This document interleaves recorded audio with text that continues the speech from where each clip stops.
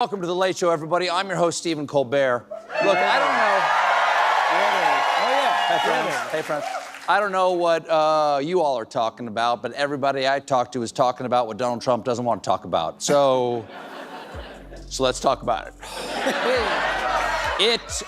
It being the conspiracy surrounding his old dancing buddy, Jeffrey Epstein. There you go. I mean, he's so blatantly stupid.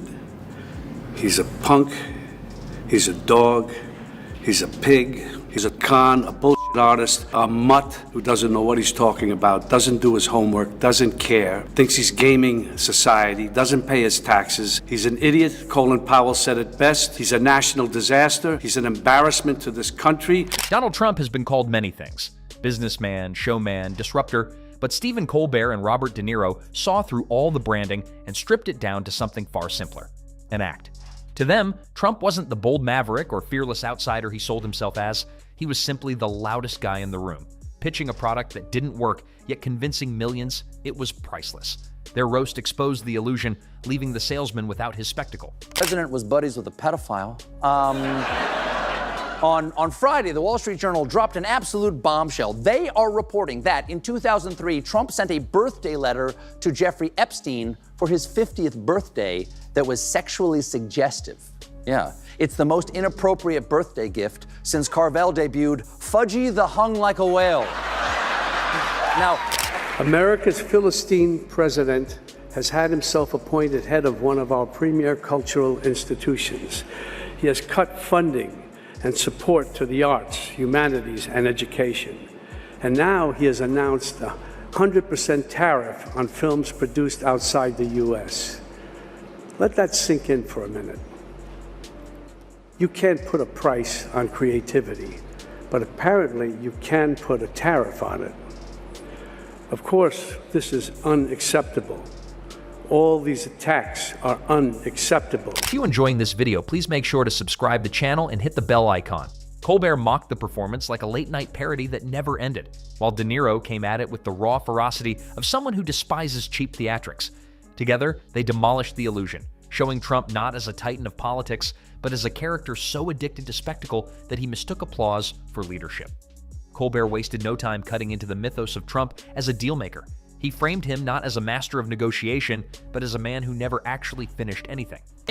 for years, before he was, reelected, and recently, since they all got into office, a bunch of high-ranking people in Trump's administration have kept promising to release the files surrounding Jeffrey Epstein, his mysterious clients, and his suspicious death. But now, suddenly, for reasons that I legally cannot think of, Donald Trump seems desperate to stop us from knowing who Jeffrey Epstein's clients were. From casinos that collapsed like badly shuffled cards to universities that scammed students with empty promises, Colbert mocked Trump's resume as a graveyard of failed ventures packaged with gold lettering. He painted Trump's so-called business genius as nothing more than a magic trick performed with smoke, mirrors, and bankruptcy courts. Every claim of success, Colbert argued, was like watching a guy insist his sinking ship was a luxury cruise liner until you realized the passengers were already bailing out with life vests. According to the Wall Street Journal, Trump's letter featured several lines of typewritten text framed by the outline of a naked woman, which appears to be hand-drawn with heavy marker. In the drawing, a pair of small arcs denotes the woman's breasts, and the future president's signature is a squiggly Donald below her waist, mimicking pubic hair. Do you know what that means? That means Donald Trump has drawn pubic hair on every executive order. De Niro added a darker layer to this picture, going after Trump not just as a failure, but as a danger. He framed Trump as someone who thrived on chaos, a man who couldn't survive in a room without conflict. To De Niro, Trump wasn't a leader, but an arsonist, someone who set political fires just so he could stand in front of the blaze and declare himself the hero. The bravado, the tweets, the endless cycle of outrage, they weren't signs of strength, De Niro argued, but symptoms of weakness. What the world saw as power was really insecurity dressed up in capital letters and exclamation marks. It makes me so angry that this country has gotten to this point, that this fool, this bozo, has wound up where he has. He talks how he wants to punch people in the face. Well, I'd like to punch him in the face. This is somebody that we want for president? I don't think so. What I care about is the direction of this country. And what I'm very, very worried about is that it might go in the wrong direction with someone like Donald Trump. If you care about your future, vote for it. Colbert circled back to Trump's obsession with image. He roasted the obsession with crowd sizes, the compulsive need to insist everything was the biggest, the best, the most beautiful. Colbert described it like a child with a crayon crown scribbling world's greatest on every surface he could find. He highlighted how Trump's self-promotion wasn't the mark of confidence, but of someone terrified of being forgotten. The endless bragging, Colbert said, wasn't about achievements, but about desperately filling the silence that follows when you actually have nothing to show. Now, suddenly, for reasons that I legally cannot think of, Donald Trump seems desperate to stop us from knowing who Jeffrey Epstein's clients were. In fact, yesterday, he said he was surprised anyone even cares about the guy. I don't understand it. Why they would be so interested. He's dead for a long time. He was never a big factor in terms of life. That sentence was never a big factor in terms of word. De Niro took that same theme and pushed it harder. For him, Trump's image obsession wasn't just laughable, it was insulting.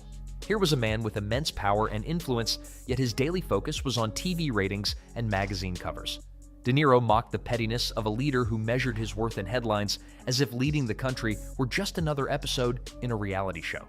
He compared Trump's approach to governance as directing a bad movie, loud explosions, nonsensical plots, and endless takes, with the director constantly storming onto the set to shout about how brilliant he was. Colbert joked that the teleprompter wasn't there to help him deliver ideas, but to remind him where he was in the first place. Each rally speech, Colbert implied, was like a comedy set with no punchline, except the audience wasn't laughing with Trump. They were laughing at him. Do you really worry that if he were to win again, and I'm not saying this like it's such a far-fetched notion, if he were to win again, that he would not give up power after? You know he won't. You know he won't. He even said it. He's never going to give it up. And anybody who deludes themselves in thinking that he is, shame on you. De Niro matched that energy by focusing on Trump's theatrical persona. To him, every entrance, every gesture, every exaggerated hand motion was part of a performance. De Niro described it as method acting gone wrong. Trump had convinced himself that playing the role of a strongman actually made him one. The scowl, the bravado, the posturing, it was all theater without substance. De Niro argued that Trump wasn't just fooling the public, he was fooling himself into believing the applause was real power. Colbert turned to the media worship Trump constantly demanded, but of a thin-skinned celebrity who couldn't handle bad reviews. He painted Trump as the first leader in history whose true enemy wasn't the opposition party, but the critics who gave him 2 stars out of 5. De Niro drove the point home by emphasizing the consequences of this obsession. Trump's fixation on image and spectacle wasn't harmless. It had real costs. Decisions were made not on strategy, but on what looked good for the cameras. Policies were shaped not for long-term impact, but for short-term applause lines. Do you think our democracy is at risk in this election? I think that it is. I always keep saying democracy is great, of course, but democracy people take for granted. It's a word that some people don't even understand. They take it for granted. It's about right and wrong, period. The guy's a monster. He is beyond wrong. It's almost like he wants to do the most horrible things that he can think of in order to get a rise out of us. I don't know what it is, but he's been doing it, and it's scary. Are you Excuse my French. De Niro painted it as the ultimate betrayal, a leader who treated the country as a prop in his personal show, sacrificing substance for spectacle at every turn. Colbert closed in on the irony of Trump's populism. Here was a man who styled himself as the champion of ordinary people, yet his life had been built on luxury, privilege, and distance from the struggles of everyday Americans. Colbert mocked the idea of Trump as an outsider, describing him instead as the country club guest who insisted he knew what life was like for the caddies, but as a cautionary tale. For De Niro, Trump would be remembered not as the builder he claimed to be, but as the destroyer of norms, of trust, of unity. De Niro's critique carried the weight of a man who had seen through countless Hollywood performances, and he wasn't impressed. Trump's act, he insisted, wasn't convincing anymore. It was old, tired, and dangerous in its persistence. We're in a very bad situation. there's not. I remember you and I about 5-6 years ago talking. I'm down at the Spring Studios. Something about. I said, "What just happened? Just happened." No, it didn't. Didn't happen. It's all about truth, and what we have here is a denial of truth all over the place, and even the speech that he made after is insane. It's just insane, and I'm very, very concerned about it. I think we all are. It's insane. So that's why I felt I had to do something, say something about it, to go on record. Together, Colbert and De Niro crafted a demolition job unlike any other. Colbert's wit sliced through the absurdities, making Trump's antics look like punchlines waiting to be told. De Niro's intensity gave those observations a sharp edge, turning mockery into condemnation. By the end, Trump wasn't the bold leader he sold himself as. He was a caricature, a man trapped in his own performance, endlessly rehearsing lines for a play the audience had already walked out on. What remained was the undeniable truth they both hammered home. Trump's greatest talent wasn't leadership, it was self-promotion. In Colbert's telling, comedy in itself. The truth, Trump is less Napoleon plotting world domination and more a man tweeting at 3 a.m. about cable news hosts who didn't compliment him. Colbert painted him not as a chess player, but as a man who still struggles with Connect 4. And even then, he cheats by pulling out the bottom row when it doesn't go his way. Understand why the Jeffrey Epstein case would be of interest to anybody. It's pretty boring stuff. Yes. No, he's right. The Epstein saga is a total snooze fest. I mean, the most powerful man in the world is blocking information about a cabal of the rich, the famous, and the royal, befriending a con man who regularly flies off in his private plane to his private island or do super illegal sex stuff.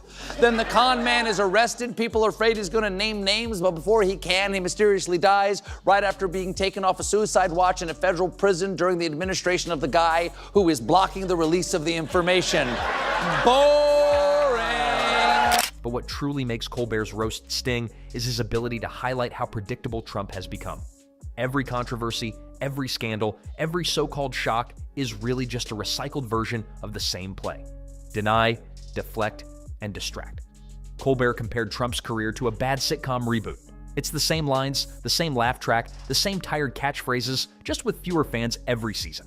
Even his rallies, Colbert quipped, are like cover bands playing the same old songs, except the audience isn't rocking out, they're dozing off in MAGA hats. De Niro, never one for subtlety, went straight for the jugular when tackling Trump's supposed toughness. The performance of strength is not strength, and De Niro knew how to strip away that illusion. For him, Trump is a man who hides behind bluster because he has nothing else. I can finally speak unvarnished truth to power and say what I really think about Donald Trump, starting right now.